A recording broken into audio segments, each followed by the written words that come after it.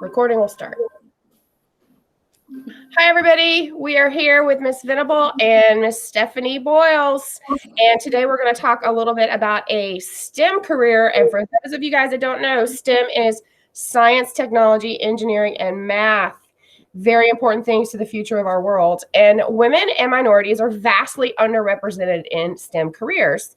And I think it's important for folks to understand that there are a lot of careers that are based in STEM that aren't necessarily like the scientist wearing the lab coat. They are jobs that are out in our community, and they're very important jobs. And so I'm hoping to offer you some insight into possible future careers and let you guys learn a little bit about some of the folks in the community around us. So, hi, Stephanie. Stephanie and I know each other through ukulele. And how long have we known each other now? Probably 4 years. 4 years? Yeah. Yeah. And since pandemic, really, we just kind of I just keep up with your Facebook, really is the only way I get to see you, and love all of your hilarious posts and appreciate all of your trials and tribulations. Some of them at work. So what is your exact job title, Stephanie? Well, I'm a facility operator or a seawell operator. And so that basically means that I treat private wells for public consumption. So private wells for public consumption. Okay. Yeah. So like a daycare or a nursing home or a housing development, they actually have a well. They're not on city water. And so that's a private well, but the public is consuming it. So there are state mandates for that. I see. And the mandates for those are all about water quality, like keeping the water pure and making sure it's safe. Right. I see. So who funds your job? I know that's a weird question, but you're not a state employee, or are you? No, I own the company. So, okay. But my customers, they're private citizens, but the state has stepped in and made them force them to do it. Right. Right. Yeah. So like if you have a daycare or if you have a nursing home, the state mandates that you have either quarterly or monthly testing, yearly testing. It just depends on how much your population is. Oh, I see. Okay. I never knew that before. I thought that this is my limited understanding of how that works. I thought that you guys were contract employees for the state, but you actually have a company and private citizens that own businesses are paying you to test the wells. And there are laws that tell them they have to do that. Right. Well, I am contracted by the state on some of my, the state hires me to do some of I do a lot of work for the county. I see.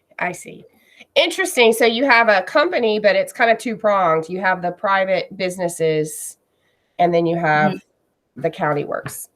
And what made you want to start this company? That's an interesting thing. Well, my folks started it years ago, and my dad had got the license to do it, and then my mom got the license to do it.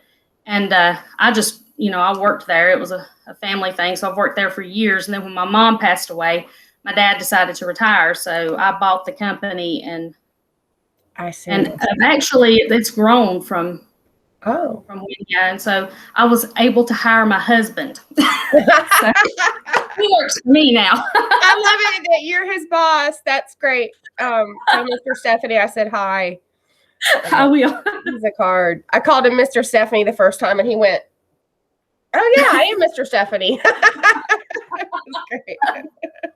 So what kind of education, or you said you had to get a license. What kind of education and licensing did you have to get? Well, it's a school that you have to go to. The school is only a week long, which all that has changed since COVID. It's virtual now, and so it actually takes longer to get it. But is there a test or something like that? Yes, there's state boards that you have to do. You have to pass the state boards. I have to do continuing education every year. Oh, just like teachers. Wow. Okay. And then recertify and get a certain number of continuing education units and recertify to keep that license. Yeah, we have to do that too.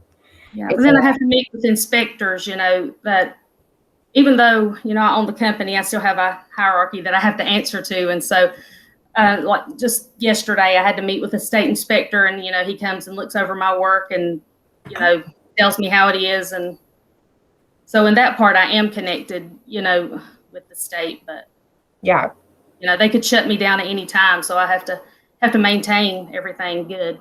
I understand.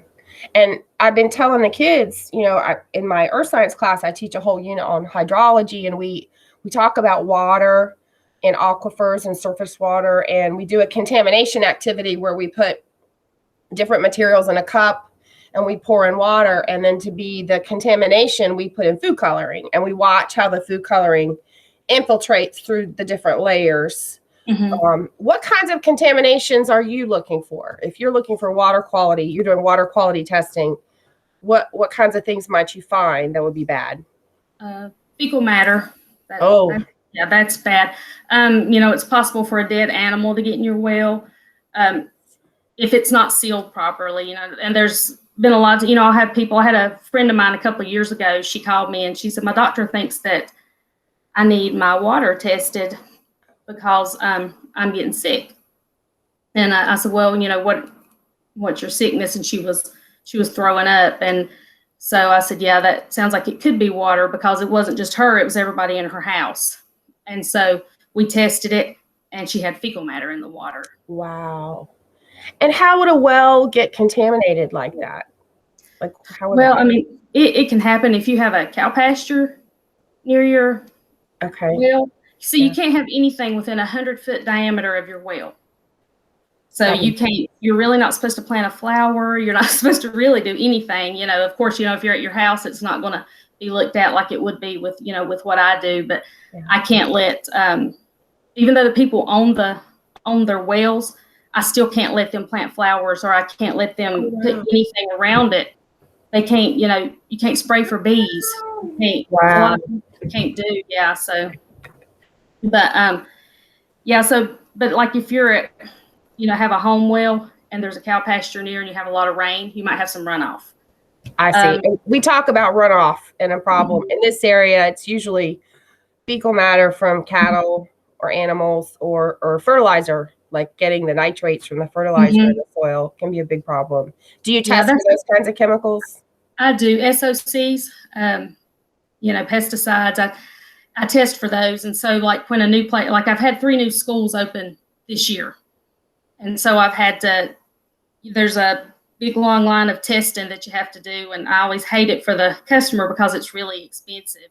But yeah, like the SOC samples are $700 just for that. And you're supposed to test them one time and then try to get a waiver.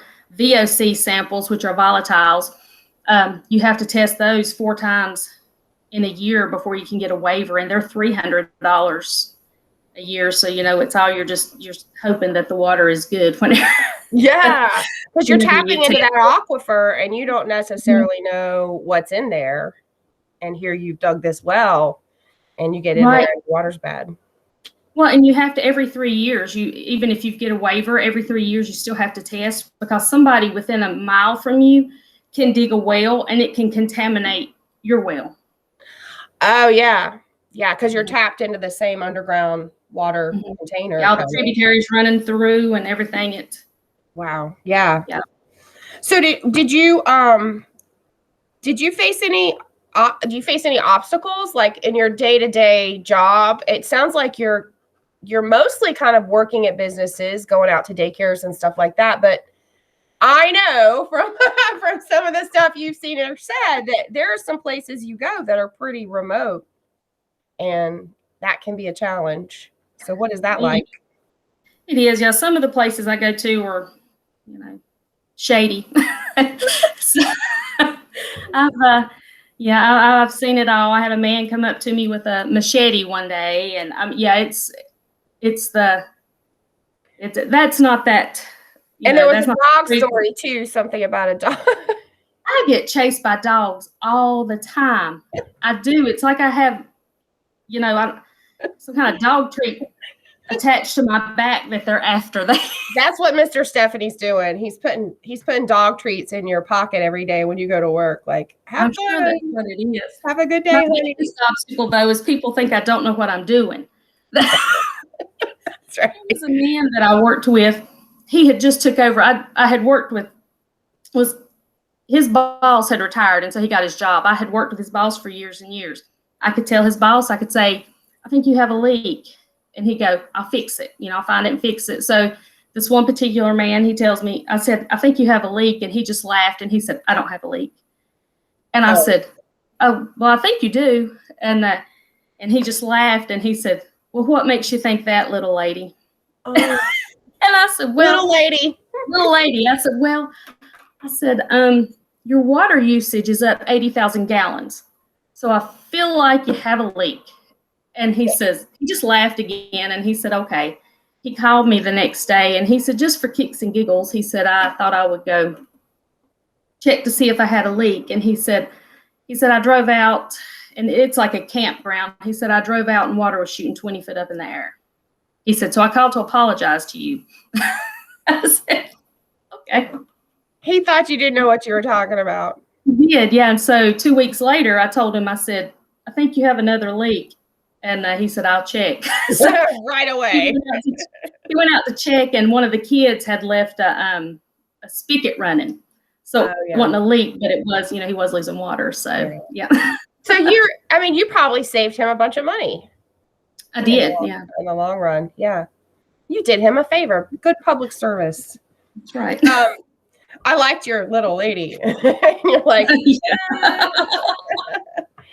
So I faced similar obstacles coming up against that kind of attitude as an expert in my field, and having male colleagues kind of, okay, you go get the coffee, that kind of thing. Mm-hmm. We're going to sit here and solve this. You go. I'm like, no, I have a seat at this table, my friends. So I understand, and flying to aviation and my hobby, I've come across that a lot, so I get it. And that's a big challenge for girls that are interested in science-related careers or things that wouldn't traditionally be female jobs, is because they come up against that attitude and they kind of immediately just shut down and say, okay, this isn't for me.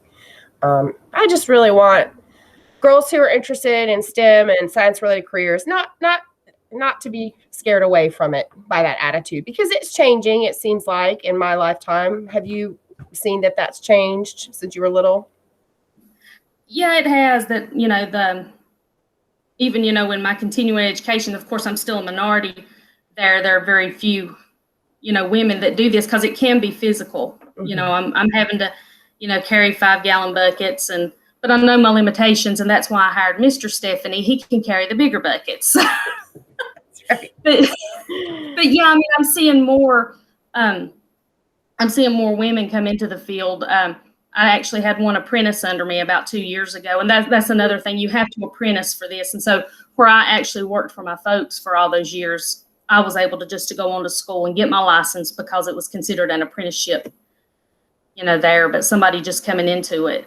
Yeah. So how would a girl or any person start the apprenticeship process? Do they have to have a high school diploma? Do they have to have a college degree? Like, what's the requirement?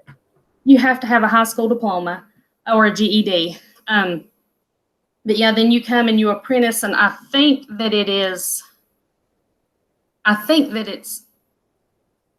600 hours in a year. That may not be right, but I'm thinking that's what it is. I know they've changed it recently due to COVID, but yeah. So it's harder to go to school right now because of COVID. But a lot of people are who have rental property. See, if you have more than 14 houses on one well, then you have to have a water operator. So a lot of women are doing that. Like if them and their husband have, opened up a subdivision or a housing development, they'll go get their license to keep from having to hire somebody because it can get pretty pricey. Yeah, that makes sense. So, you're seeing more women because of that. And real estate development. And those two things are kind of getting attached. Mm-hmm. That makes sense to me. That would be a a smart business move to have someone in the family be licensed to do it. Oh yeah. So they would get their high school diploma or their GED, and then they would it be like a paid apprenticeship, or would it be like an internship? You can do either way. Some people do paid. We did not have the need for an employee at the time, so we didn't do a paid apprenticeship. She just, she rode with us. And it's funny because she was actually one of our customers because she had a subdivision. And so that's what she was doing. I'm getting photo bomb. What? Hey. Hey. You're famous now. Famous now. Oh. I've had the best time on Google Meets. I mean, the cats make appearances and like the doorbell rings, my phone goes crazy. You just never know what's going to happen. So. Oh, it's funny. He just had to stop right there to check his phone. So yeah, right there. I was like, hey, that's great. Well, thank you so much for doing this. I've been wanting to do this with you for, gosh, a year, 6 months. And I hope, to find more women in STEM related careers and local businesses and things to kind of keep doing these sort of interviews. It's hard to get volunteers that are willing to be on camera. So I really appreciate it. He's peeking around the corner. I see him. All right. I love you. Hey, I'm going to do ukulele starting March. So I hope. All right. Is it going to be in person? The same thing, hybrid. Oh, okay. I'm going to start because I'm missing everybody. So I need to start back, but I have to wait till it warms up because I'm allergic to cold weather. Yes. But by the end of March, I think we'll be good. So we can resume. I miss it a lot. All right, darling. Well, I will see you very soon. Thank you so much again. All right. Thank you. Bye. Bye.